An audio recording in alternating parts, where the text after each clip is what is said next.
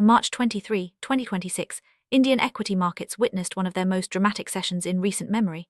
The BSE Sensex plunged by 1,837 points, a steep 2.46% drop, closing at 72,696.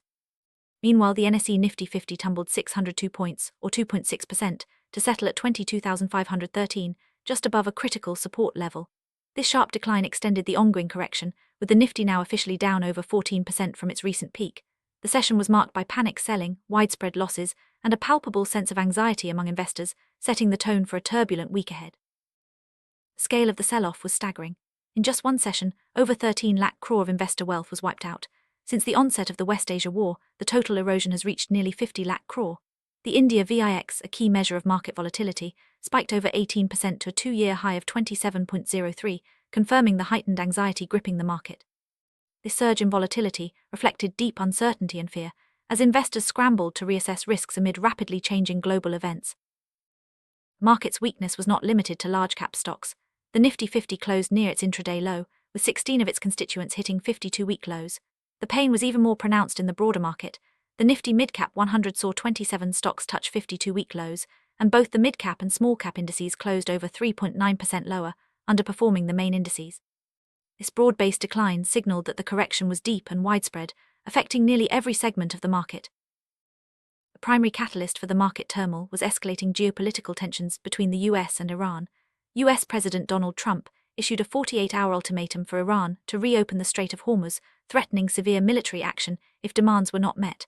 Iran responded with threats to strike energy facilities in the region. This standoff created significant uncertainty over global oil supplies and energy security, sending shockwaves through financial markets worldwide. Crude oil prices soared over 50% since the conflict began, with Brent crude crossing $110 per barrel and hitting an intraday high of $114. This dramatic spike fueled inflation fears and raised concerns about India's current account deficit, as the country is a major importer of crude. The surge in oil prices directly impacted fiscal and corporate health, intensifying worries about the broader economic outlook. Indian rupee depreciated to a record closing low of 93.98 against the US dollar, pressured by sustained dollar demand from oil importers and persistent foreign institutional investor outflows. The currency's weakness, combined with rising US Treasury yields, exacerbated the risk-off sentiment and led to further selling in equities. This currency slide added another layer of concern for both investors and policymakers. After market hours, Gift Nifty surged nearly 4% following President Trump's announcement that military strikes against Iranian energy infrastructure would be postponed for 5 days, with hints at possible ceasefire talks.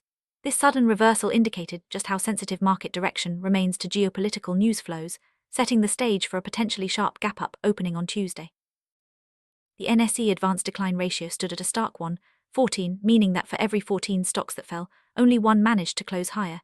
This ratio reflected a severe and widespread sell-off, with relentless selling pressure throughout the session. Attempts at recovery were quickly sold into, highlighting the market's extremely bearish tone. The Nifty Realty Index fell up to 5%, driven by fears that rising crude oil prices would stoke inflation and lead to higher interest rates, dampening housing demand. Major realty stocks like Lodha, DLF, and Prestige Estates dropped between 6% and 9%, reflecting growing concerns about demand and financing costs in the sector. The Nifty Metal Index also fell up to 5% amid concerns that a global economic slowdown could dent demand for industrial metals. Copper and zinc futures slipped on subdued domestic demand, adding to the selling pressure on metal stocks. The sector's weakness was a clear sign of broader economic worries. The Nifty Auto Index fell over 3% and is now down 18% from its peak. Rising input costs and the potential for higher fuel prices raised concerns about demand and margins. The sector also faced headwinds from the weakening rupee, which increases import costs for components, further pressuring profitability. The Nifty PSU Bank Index was the second worst performer among sectoral indices, falling over 3%. Concerns over asset quality and the impact of higher oil prices on the economy weighed on sentiment. UCO Bank and Punjab and Sindh Bank were among the top losers within the index. Mid the carnage, the IT sector showed marginal resilience and closed in the green. Stocks like HCL Tech and Tech Mahindra emerged as rare gainers. The sharp depreciation of the rupee is expected to benefit export-oriented IT companies, as their dollar revenues translate into higher rupee earnings, making the sector a relative safe haven during the sell-off. The Nifty FMCG index fell close to 1,000 points, pressured by concerns that higher inflation could squeeze consumer spending. The Nifty Media Index fell 29% from its highs, while the Nifty Defense Index was also under pressure, falling over 300 points during the session. These declines reflected the broad impact of macroeconomic worries across sectors. HDFC Bank fell for the fourth consecutive session, dropping over 3% and extending its 4-day loss to over 10%. The stock's market capitalization fell below 12 lakh crore, pressured by a target price cut from HSBC and the resignation of a chairman, which raised governance concerns and led to valuation multiple erosion. Tata Steel was a major loser in the Nifty 50, falling nearly 5% as concerns over global demand, rising input costs, and the overall bearish sentiment in the metal sector weighed on the stock. It was among the top contributors to the Nifty's decline, reflecting the sector's vulnerability to global shocks. Petronet LNG shares dropped 8.5% to an intraday low after Nomura flagged cash flow risks from potential LNG supply disruptions amid the escalating Middle East conflict. The stock closed with losses of over 8%, reflecting investor concerns about energy security and supply chain risks. Hindustan Copper and Sterlite Technologies were among the top losers in the broader market, with Hindustan Copper falling 8.24% and Sterlite Technologies dropping 8.15%. The weakness in base metal prices and a broad-based sell-off in metal stocks weighed heavily on these counters, highlighting the market's risk aversion. In a rare bright spot, Gujarat Alkalis and Chemicals surged over 14% on heavy volumes, defying the broader market trend. The stock had risen 41% in 4 days, driven by strong buying interest, though no specific company news was highlighted. Such moves stood out amid the sea of red. Power Grid Corporation of India erased its intraday losses and ended in the green after the company revised its FY26 capex guidance upwards and surpassed its capitalization target. The positive guidance provided a rare bright spot in an otherwise bleak market, showing that selective stocks could still deliver good news. Vedanta shares fell over 3% to close at Rupee 646, despite the board declaring a third interim dividend. The stock was weighed down by a Supreme Court ruling denying concessional diesel rates and the company's legal challenge to Adani's acquisition of Jayaprakash Associates. Legal and regulatory headwinds added to the pressure. Adani Enterprises shares fell 5% to hit a 52-week low, nearing its rights issue price. The stock was caught in the broader market sell-off, with no company-specific negative news. This highlighted how even fundamentally sound companies were not spared in the rout. Larsen & Toubro declined nearly 4% to an intraday low, though the company stated that 95% of its sites in West Asia remained unaffected by the war. The stock has corrected over 22% since the conflict began, with analysts flagging logistics and supply chain as key challenges. HDFC Life and Bajaj Finance both hit 52-week lows during the session. HDFC Life fell over 3%, while Bajaj Finance dropped over 3%, as both were impacted by the broad-based selling in financial services. Concerns over rising interest rates and slowing growth weighed heavily on the sector. Indigo shares extended losses and touched a 52-week low, falling over 20% in a year. The stock was under pressure as rising crude oil prices are expected to lead to higher aviation turbine fuel costs, which could weigh on airline profitability. The sector faces a tough road ahead if oil prices remain elevated. TCX Systems jumped over 12% after the company secured orders worth Rupee 563.45 crore for the production and supply of maritime patrol radar systems. This strong performance stood out as the broader market was deep in the red, showing that select companies could still deliver positive surprises. Yes Bank and Vodafone Idea were among the most active stocks by volume, with Yes Bank falling nearly 5% and Vodafone Idea dropping over 6%. The broad-based selling pressure was evident across the market, affecting both large and small names alike. Novation, a manpower and toll plaza management services provider, made a weak market debut, listing at a 10% discount to its IPO price. The stock hit the lower circuit post-debut, reflecting weak investor appetite for new listings amid subdued market conditions. There were no major earnings releases on March 23, 2026, to directly influence market sentiment. The day's price action was entirely dominated by macroeconomic and geopolitical factors. However, the sharp rise in crude oil prices and the record low rupee have set the stage for a challenging earnings season ahead.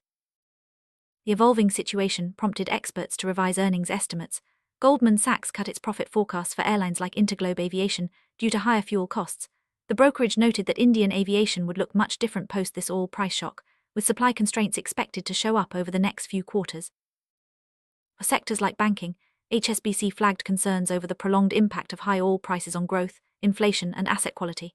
Earnings expectations for financials may face downward revisions if geopolitical tensions persist and lead to higher interest rates and slower economic activity.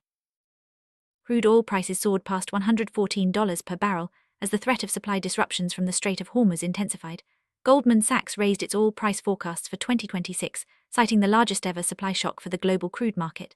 The impact was felt across commodities, with gold and silver also seeing sharp declines. Gold futures on the MCX fell over 6% to 135,100 per 10 grams, while silver futures plunged nearly 9% to 206,428 per kg. Both hit lower circuits, with gold dropping to a 4-month low and silver posting its biggest weekly decline since 1983. Investors liquidated positions to cover losses in equities, and as rising US Treasury yields made holding bullion less attractive. Copper futures slipped 2.82%, and zinc futures fell 1.01%, as subdued domestic demand from consuming industries weighed on prices. Analysts said the trimming of positions by participants, owing to slackened demand, mainly kept prices lower. The metals market mirrored the broader risk aversion seen in equities. Indian rupee hit a record closing low of 93.98 against the US dollar, weakening from its previous close. Sustained dollar demand from importers, particularly oil companies, and persistent FII outflows weighed heavily on the domestic currency. The rupee's slide added to the market's woes. Reserve Bank of India injected rupee 256 crore into the banking system through an overnight variable rate auction. This move signaled its intent to manage liquidity, but it was unable to prevent the rupee's decline amid broader dollar strength. The intervention was seen as a measure to ensure adequate liquidity rather than to defend a specific exchange rate. The benchmark 10-year government bond yield rose 9 basis points to 6.8261%, its highest level since January. Surging oil prices and rising US Treasury yields weighed on sentiment. The 1-year OIS rate and 5-year swap rate also jumped, indicating that markets are pricing in higher inflation and potential rate hikes in the coming months. The overall market tone was extremely bearish, with experts advocating a sell-on-rise strategy. The index formed a pattern of lower highs and lower lows, indicating strong downward momentum. Analysts warned that a decisive close below the 22,500 support level could trigger an accelerated decline toward 22,200 and potentially 22,000. Momentum indicators reflected weakness, with the RSI remaining in oversold territory but showing no confirmed reversal signals. The MACD stayed firmly in negative territory, reinforcing the bearish trend. The consistent formation of lower highs and lower lows suggested that any pullback would likely attract fresh selling. Hindustan Zinc fell over 5% to below rupee 500, pressured by a broad-based sell-off in metals and weak silver prices. Volta's shares fell over 7%, making it one of the biggest losers in the Nifty Midcap 100 index. Fino Payments Bank shares also dropped over 7% after a legal setback, adding to the selling pressure. Bosch announced a joint venture with Tata Autocomp Systems to accelerate growth in e-mobility, but the news was overshadowed by the broader market sell-off. Keynes Technology highlighted strong growth visibility, but its stock traded in line with the weak market. These updates showed that even positive corporate developments struggled to lift sentiment. Prime Minister Narendra Modi addressed the Lok Sabha on the West Asia conflict, emphasizing India's dependence on crude oil and the government's efforts to ensure adequate supplies. The government restored full road DTEP benefits to exporters, and the RBI announced a credit guarantee scheme for MFIs. Meanwhile, the Corporate Laws Amendment Bill was introduced, aiming to bring key changes in buyback and merger regulations. The expiry of the semaglutide patent in India led to multiple pharmaceutical companies, including Sun Pharma, Torrent Pharma, and Zydus Lifesciences, launching generic versions at prices around 90% lower than the branded version. Analysts expect this move to significantly expand the addressable market, with Torrent and Sun Pharma poised to capture a larger share. Vedanta Group moved the NCLAT to contest the NCLT's approval of Adani Group's 14,535 crore resolution plan for Jaiprakash Associates, adding a new layer of legal complexity to the insolvency process.